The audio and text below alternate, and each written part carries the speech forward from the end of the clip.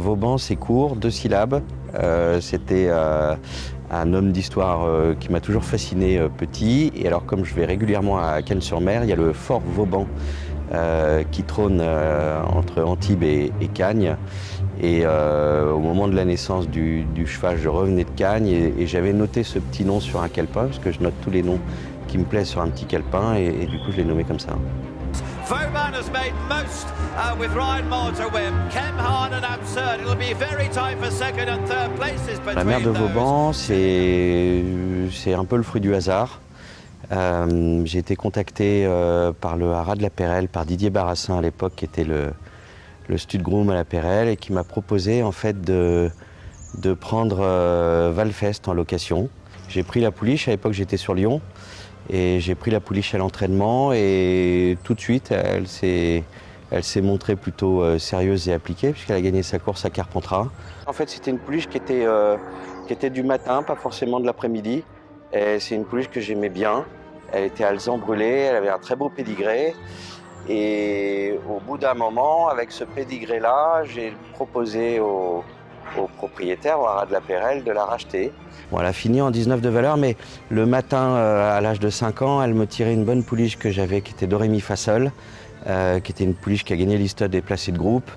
Et il y avait qu'elle pour me l'amener sur le bon pied le matin. Alors comme elle m'appartenait, c'était facile de faire leader, c'était pas une prise de tête. J'ai un peu une âme d'éleveur, donc parfois on ressent les choses.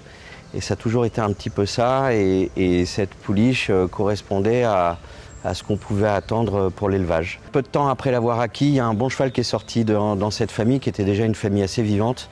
Et ce cheval, c'est Valgeist, qui est sorti à l'automne de ses 2 ans et qui a très très bien performé pour gagner Groupe 1 en fin de saison.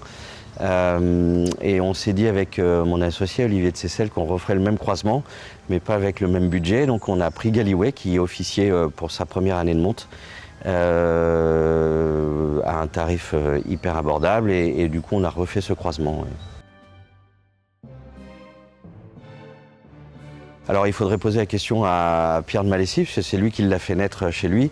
Bon, en tout cas son coup de fil quand il est né, il m'a dit bon bah, c'est un petit jaune, c'est un petit cheval de plat, mais comme peut être Pierre. Et il m'a rappelé quelques heures après ou le lendemain en me disant écoute, la mère elle n'est pas possible, elle a un colostrum très riche en anticorps et le poulain démarre plein pot, donc ça c'est bon signe.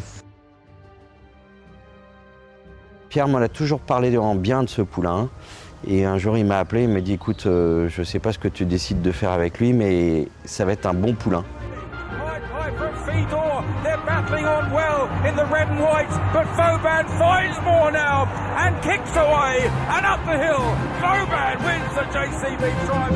Il nous fait vivre une histoire juste exceptionnelle. On en reparlait l'autre jour avec Olivier de Seyssel, mon associé, qui est un ami.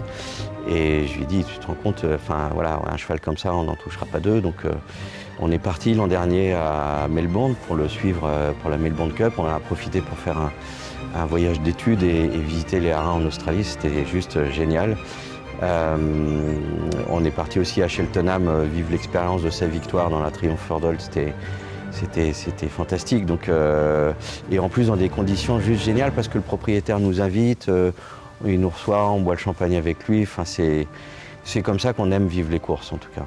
Et ils nous partagent leurs expériences, et ça et Willy Mullins, c'est incroyable, parce qu'au moment de sceller Vauban, etc., il a échangé un petit mot avec moi et il a pris le temps d'eux, alors que c'est quand même un top entraîneur. Un jour de grande course, bon, il